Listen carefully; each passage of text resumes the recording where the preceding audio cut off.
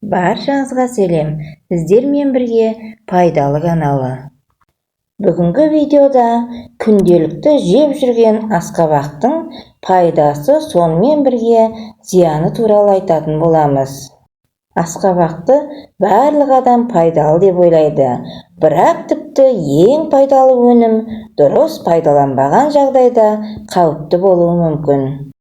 Біз сізге асқабақтың ағзаға қандай пайдасы бар екенін және бұл көкөністі диетаға қосу зиянды болуы мүмкін екенін айтатын боламыз.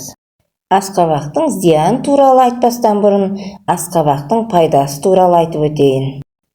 Асқабақ дәрумендердің қоймасы болып табылады және олардың көп бөлігі тек целлюлозада ғана емес, сонымен қатар тұқымдар мен гүлдерге де кездеседі. Асқабақта каротин сәбізге қарағанда 4-5 есе көп. Каротиндер ағзада А дәруменіне айналады. Оның пайдасы ол көру үшін жақсы, сонымен қатар күшті антиоксидант болып табылады. Асқабақтың құрамында С, Е, К дәрумендері және де В дәрумендерінің барлығы дерлік бар. Асқабақтың тұқымында көптеген микроэлементтер бар. Ал мырыш мөлшері бойынша асқабақ тұқымдары көкөністер арасында алғашқы үштікке кіреді. Асқабақ төмен калориялы болғандықтан асқабақ тамаша диеталық өнім болып саналады. Өйткені оның құрамында крахмал, холестерин және транс майлары жоқ. Қант аз, бірақ ас қорытуға пайдалы талшық көп. Асқабақтың зияны тіпті пайдалы өнім зиянды болуы мүмкін. Сондықтан ықтимал қарсы көрсеткіштерді ескеру керек. Асқабақты диетаға енгізуден кім сақ болу керек? Асқабақты кімдерге жеуге болмайды? Шикі асқабақты асқазан ішек жолдарының қабынуы аурулары бар адамдарға, сондай-ақ өт қабында және бүйректе тастары бар адамдарға қолдануға болмайды. Өйткені асқабақтың холеритикалық әсері бар және тастардың қозғалысын тудыруы мүмкін. Шикі көкөністі қорыту қиынырақ. Сондықтан өңделмеген асқабақты жас балалар мен қарт адамдарға бермеген дұрыс. Қант диабетімен ауыратындарда асқабақпен айналыспау керек. Өйткені бұл қандағы қант деңгейінің жоғарылауына әкелуі мүмкін.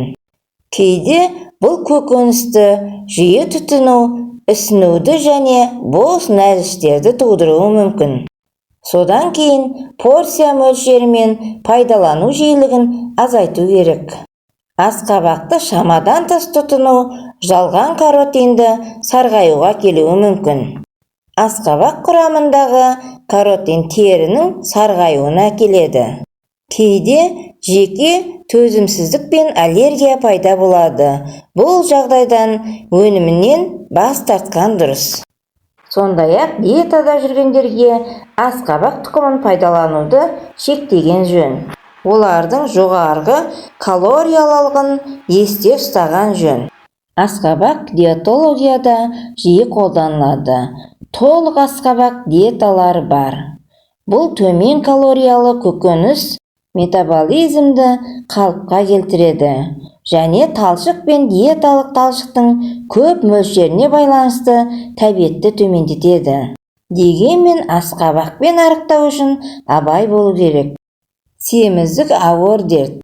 Өзін-өзі емдеу жиі нашар нәтижелерге келіп соғады. Асқабақ өзінің пайдалы қасиеттеріне байланысты әртүрлі диеталарды жиі кездеседі. Бірақ дененің қажетті барлық элементтерден айырбастан салмақ жоғалтуды қамтамасыз ететін ықтимал күрделі диетаның бөлігі ретінде ғана.